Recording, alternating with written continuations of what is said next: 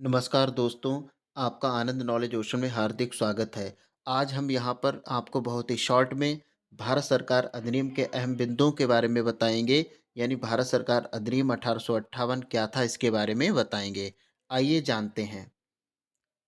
यह एक बहुत ही महत्वपूर्ण ऐतिहासिक अधिनियम था। इसे 1857 के प्रथम स्वतंत्रता संग्राम के बाद ब्रिटिश संसद ने पारित किया था। यानी जब हमारे भारत का प्रथम स्वाधीनता संग्राम 1857 में हुआ था, उस विद्रोह के उपरांत ब्रिटिश संसद ने भारत सरकार अधिनियम 1858 पारित किया था। तो यह क्या है?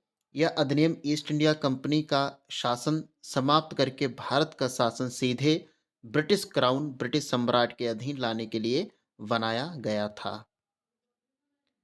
Major provisions. भारत में ईस्ट इंडिया कंपनी का शासन समाप्त कर दिया गया। भारत का शासन अब ब्रिटिश सम्राट के हाथों में चला गया। भारत के लिए secretary of state for India का पद बनाया गया। सेक्रेटरी ऑफ स्टेट की सहायता के लिए 15 सदस्यों की परिषद काउंसिल ऑफ इंडिया गठित की गई। भारत में गवर्नर जनरल को ही अब वायसराय कहा जाने लगा। बहुत ही इंपॉर्टेंट ये पॉइंट है कि भारत में गवर्नर जनरल को ही अब वायसराय कहा जाने लगा। भारत के प्रथम वायसराय लॉर्ड कैनिंग थे। वायसराय ब्रिटिश सम्राट का प्रतिनिधि होता था। कंपनी की सेना, संपत्ति और अधिकार ब्रिटिश सरकार को सौंप दिए गए। क्या इसका इम्पैक्ट रहा, महत्व क्या था? इस अधिनियम ने भारत में ब्रिटिश राज यानी क्राउन रूल की शुरुआत की। प्रशासन पहले से अधिक केंद्रीकृत हो गया।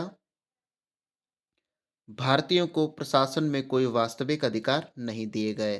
तो यह था भारत सरकार अधिनियम 1858, जिसमें हमने बहुत ही कम शब्दों में हमने अठारह भारत सरकार अधिनियम 1858 को एक्सप्लेन किया। उम्मीद है आपको यह वीडियो पसंद आया होगा। मिलते हैं ऐसे ही इम्पोर्टेंट नेक्स्ट वीडियो के साथ। तब तक के लिए नमस्कार, जय हिंद, वंदे मातरम।